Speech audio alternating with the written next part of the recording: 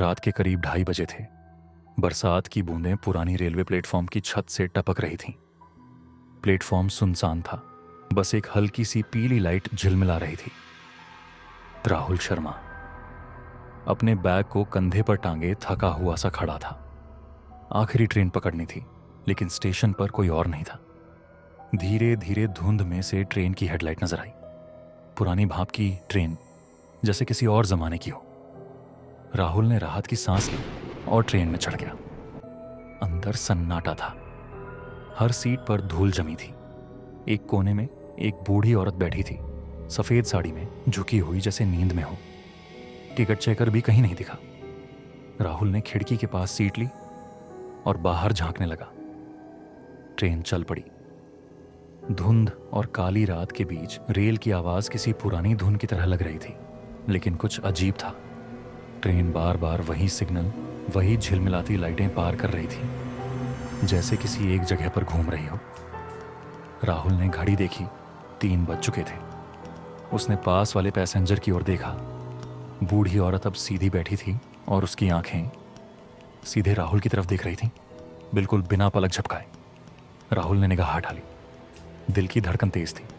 कुछ देर बाद उसने देखा, औरत फिर से झुकी हुई थी। उसने सोचा शायद वह सो गई है, पर तभी एक आवाज आई, अगला स्टेशन मृत्युपुर स्टेशन। राहुल ने चौंक कर इधर उधर देखा। आवाज किसी पुरानी स्पीकर से आई थी, जबकि ट्रेन तो रुक ही नहीं रही थी। उसने चलकर दूसरा डिब्बा देखा।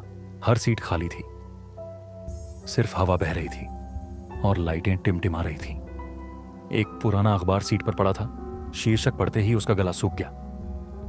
मृत्युपुर ट्रेन हादसा, 42 लोग जिंदा जल गए। अचानक लाइटें झपकी और जब फिर से जलीं, हर सीट पर वही जल चुके लोग बैठे थे, राख से ढके, खामोश। अगले ही पल सब गायब। राहुल अब कांपने लगा था।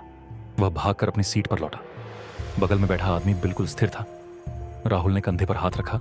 शरीर सख्त था, ठंडा, जैसे कई घंटे पहले मर चुका हो।